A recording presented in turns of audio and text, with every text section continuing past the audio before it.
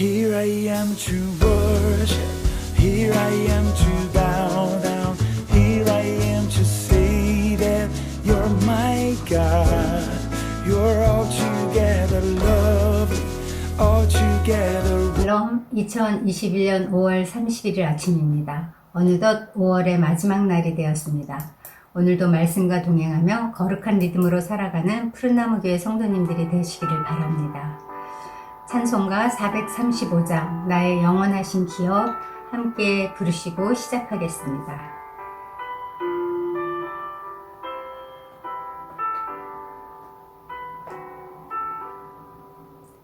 나의 영원하신 기업 생명보다 귀하다. 나의 갈 길 다가도록 나와 동행하소서. 주께로 가까이 주께로 가오니 나의 갈 길 다가도록 나와 동행하소서. 아멘. 오늘도 우리와 동행하실 주님께 감사와 찬양을 드립니다. 오늘 함께 나눌 말씀은 출애굽기 24장 12절로 18절 말씀입니다. 함께 읽으시겠습니다. 여호와께서 모세에게 이르시되 너는 산에 올라 내게로 와서 거기 있으라. 내가 그들을 가르치도록 내가 율법과 계명을 친히 기록한 돌판을 내게 주리라. 모세가 그의 부하 여호수아와 함께 일어나 모세가 하나님의 산으로 올라가며 장로들에게 이르되 너희는 여기서 우리가 너희에게로 돌아오기까지 기다리라. 아론과 훌이 너희와 함께 하리니 무릇 일이 있는 자는 그들에게로 나아갈지니라 하고 모세가 산에 오르매 구름이 산을 가리며 여호와의 영광이 시내 산 위에 머무르고 구름이 엿새 동안 산을 가리더니 일곱째 날에 여호와께서 구름 가운데서 모세를 부르시니라. 산 위에 여호와의 영광이 이스라엘 자손의 눈에 맹렬한 불같이 보였고 모세는 구름 속으로 들어가서 산 위에 올랐으며 모세가 40일 40야를 산에 있으니라. 오늘 본문은 아주 짧습니다. 겨우 7절입니다. 그런데 여기 산이라는 말이 무려 9차례나 나옵니다. 하나님의 산 시내산, 여호와의 산 호렙산이 그 주인공입니다. 시내산은 지리산이나 한라산보다도 훨씬 높고 험한 산입니다. 한 번 등정하는데 5시간 정도가 소요된다고 합니다. 모세는 이 시내산을 산 중턱까지만 올라간 게 아니라 매번 꼭대기까지 오르내렸습니다. 풀 한 폭이 나지 않는 가파른 바위산 정상을 모세는 7, 8차례나 오르내렸습니다. 아침에 올라갔다가 저녁에 내려오기를 반복했습니다. 80이 넘은 노인의 힘으로는 쉽지 않은 일이었을 것입니다. 게다가 그중 3번은 40일을 밤낮으로 금식하고 내려와야 했습니다. 그야말로 초인적인 강행군이 아닐 수 없습니다. 하나님의 말씀에 온전히 순종해서 그 험한 산을 수없이 오르내리며 하나님과 이스라엘 사이에 그 중재자 역할을 충실히 감당했던 모세. 그가 이렇게 한 것은 하나님과 이스라엘 백성들 간의 언약을 맺기 위해서였습니다. 참으로 이 모세의 헌신에 전율이 느껴집니다. 누가 보든지 안 보든지 한결같이 충성스럽게 그렇게 헌신한 모세를 볼 때 성경 읽고 전도하고 맡겨진 직무에 최선을 다하지 못한 나태했던 제 모습을 회개하게 됩니다.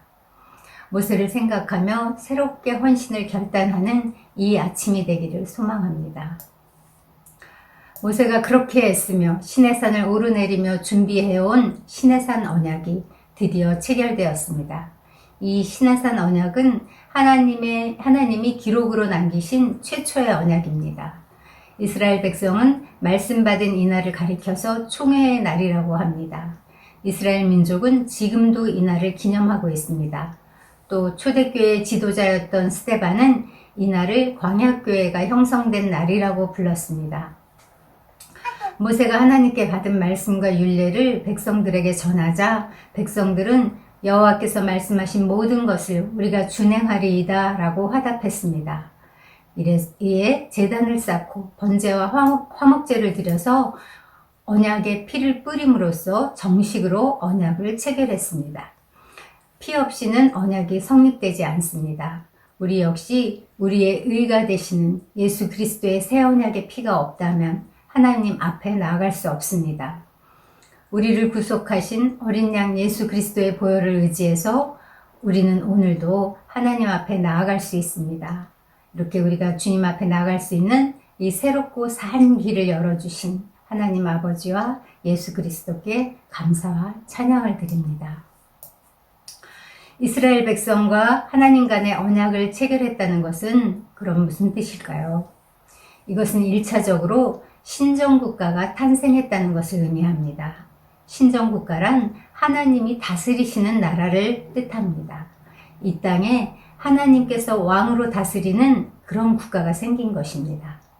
이로써 이스라엘은 이제 공식적인 하나님의 나라가 되었습니다. 합법적으로 선민의 지위를 갖게 된 이스라엘은 하나님의 관심과 보호 아래 머물게 되었고 동시에 하나님의 거룩한 뜻을 실현하는 제사장 나라가 된 것입니다. 시내산 언약이 이렇게 공식적으로 체결된 후에 하나님께서는 모세를 다시 시내산으로 부르셨습니다. 너는 산에 올라 내게로 와서 거기 있으라. 내가 그들을 가르치도록 내가 율법과 계명을 친히 기록한 돌판을 내게 주리라. 여호와께서 이렇게 모세를 다시 산으로 부르신 이유는 친히 기록하신 언약의 돌판을 주시기 위해서입니다.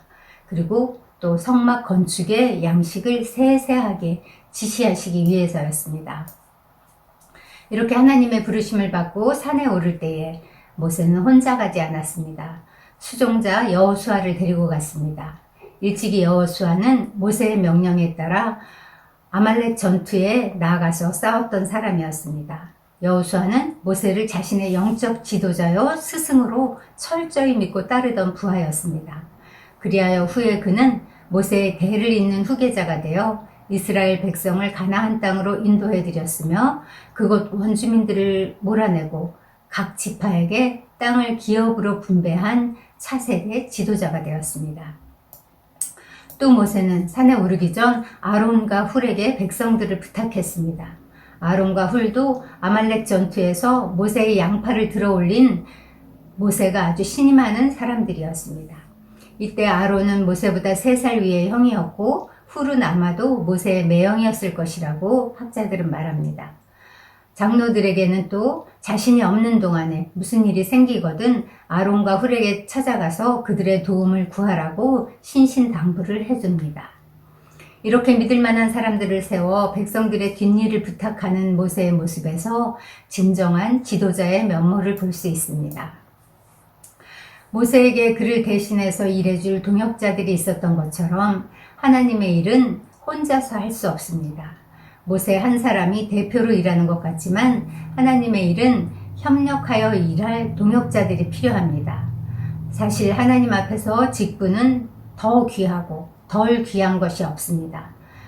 저마다 주어진 일에 최선을 다해서 조화를 이루며 교회 공동체를 세우고 복음을 전파하는 푸른나무 교회가 되기를 소망합니다. 모세가 산에 오르니 구름이 산을 가리고 여호와의 영광이 시내산 위에 머물러 있었습니다. 이 구름은 이스라엘이 애굽에서 나올 때부터 이스라엘 백성들을 보호하고 인도한 바로 그 구름입니다.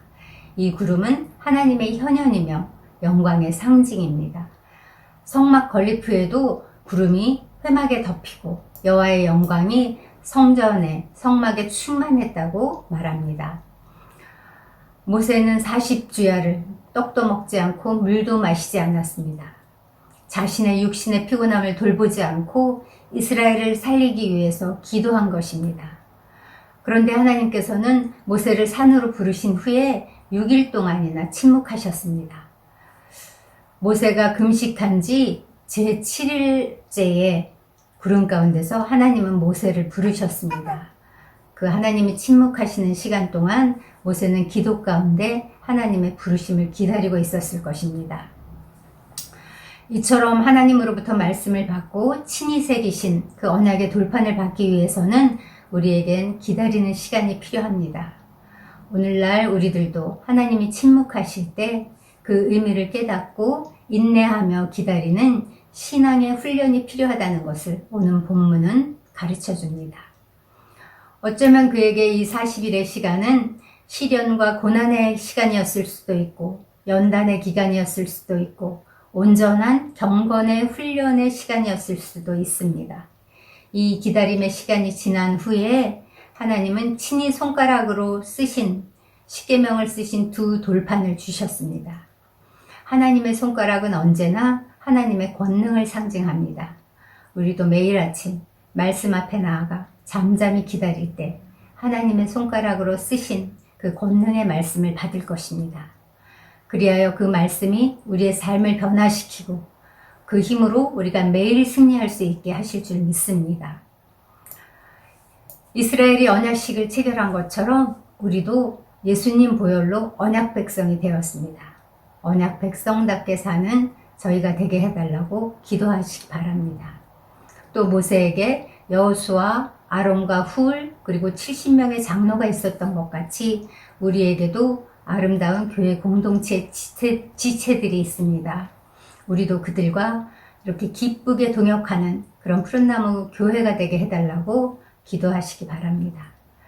그리고 하나님의 산, 그 신의 산에 하나님의 영광과 인재가 가득했던 것처럼 우리도 매일매일의 삶 가운데 성령이 충만하게 해달라고, 그래서 그 성령의 능력으로 너끈히 세상을 이기는 그런 하루하루가 되게 해달라고 함께 기도하시겠습니다. 하나님 아버지 감사합니다. 오늘 본문을 통해서 우리가 정말 모세를 보고 배웁니다. 하나님, 정말 그는 홀로 하지 않았습니다. 많은 동역자들과 함께 동역한 것을 보았습니다. 주님, 이 그리스도의 몸된 교회도 주님 홀로 설 수 없는 존재인 것을 우리가 배웁니다. 주, 우리에게 허락하신 지체들을 귀히 여기며 그들과 기쁘게 동역하는 그런 푸른나무 공동체가 되게 하시옵소서. 날마다 주님 앞에 잠잠히 나아가 주님 하나님의 말씀을 기다린 것처럼 우리도 매일 주님 하나님의 말씀을 묵상하며 주님이 주시는 그 말씀을 붙잡고 하루하루를 매일매일을 승리하는 저희가 되게 도와주시옵소서. 하나님, 또한 그 성령의 충만함이 없이는 우리가 이길 수 없음을 봅니다. 주님의 임재 앞에, 그 주님의 권능 앞에 우리가 날마다 나아가고 그렇게 승리하는 푸른나무 교회의 공동체가 되도록 도와주시옵소서. 오늘도 그 일을 행하실 주께 감사드리며 예수님의 이름으로 기도합니다. 이제 지체들을 위해 기도하는 시간을 갖겠습니다. 우리 그 권사님 한 분이 넘어지셔서 지금 팔에 기부스를 하셨습니다. 그 권사님을 위해 기도해 주시고요. 그리고 또 그 김행자 집사님의 남편 되시는 최경철 성도님이 오늘 그 고관절 수술을 하십니다. 넘어지셔서 뼈가 부러지셔서.